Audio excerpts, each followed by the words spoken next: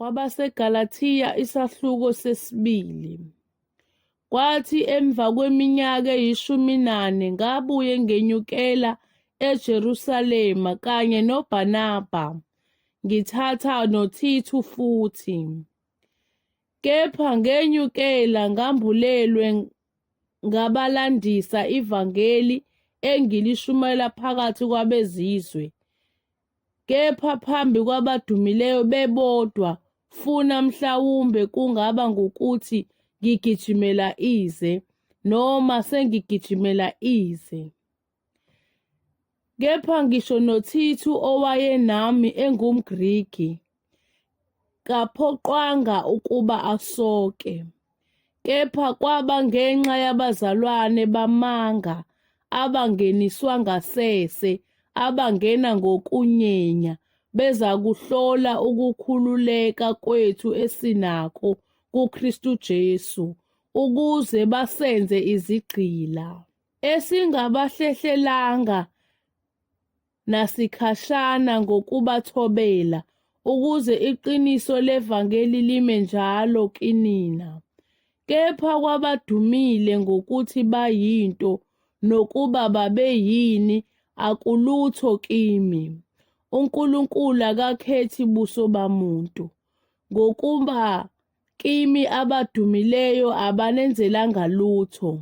Kepha kunalokho lapho babenu ukuthi ngithenjiwe ngevangeli kwabangasokiyo njengoPetru kwabasokayo, ngokuba yena owanika uPetru amandla ukuba abe ngumpostoli wabasokayo wanginika nami amandla ukuba ngibe ngumpostoli wabeZizwe.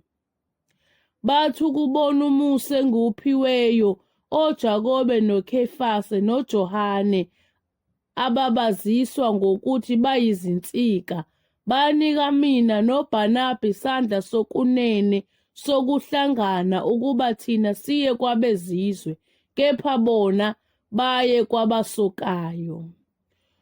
Kuphela ukuba sikhumbule abampofu, eyonanto nami ebengikhuthalele ukuyenza. Kepha ekufikeni kukaKefase e-Antiyokhiya ngamelana naye ubuso nobuso, ngokuba wayenecala. Ngokuba bengakafiki abanye ababevela kuJakobe, wayedla nabeZizwe.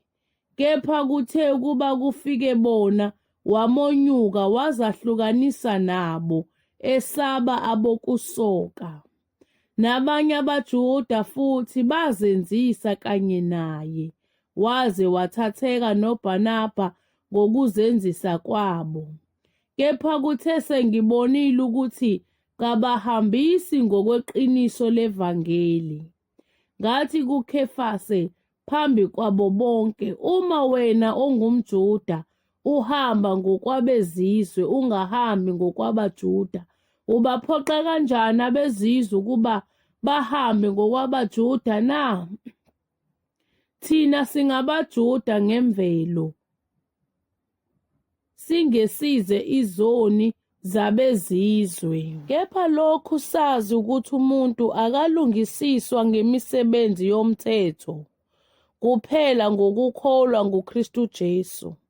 Nathi sakholwa nguKristu Jesu ukuba silungisiswe ngokukholwa nguKristu, kungengemisebenzi yomthetho, ngokuba ngemisebenzi yomthetho akikulungisiswa nyama.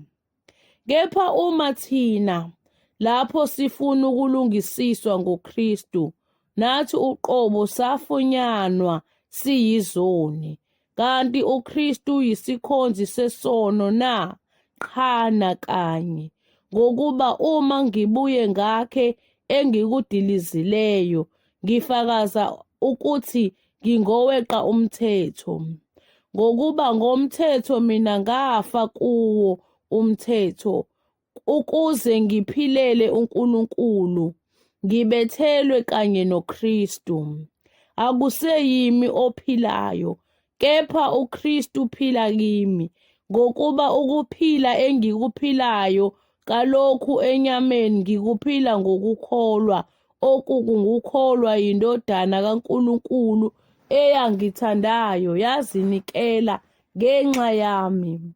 Angiwenzi ize umusa kaNkulunkulu ngokuba uma ukulunga kuya ngomthetho khona uKristu wafela ize.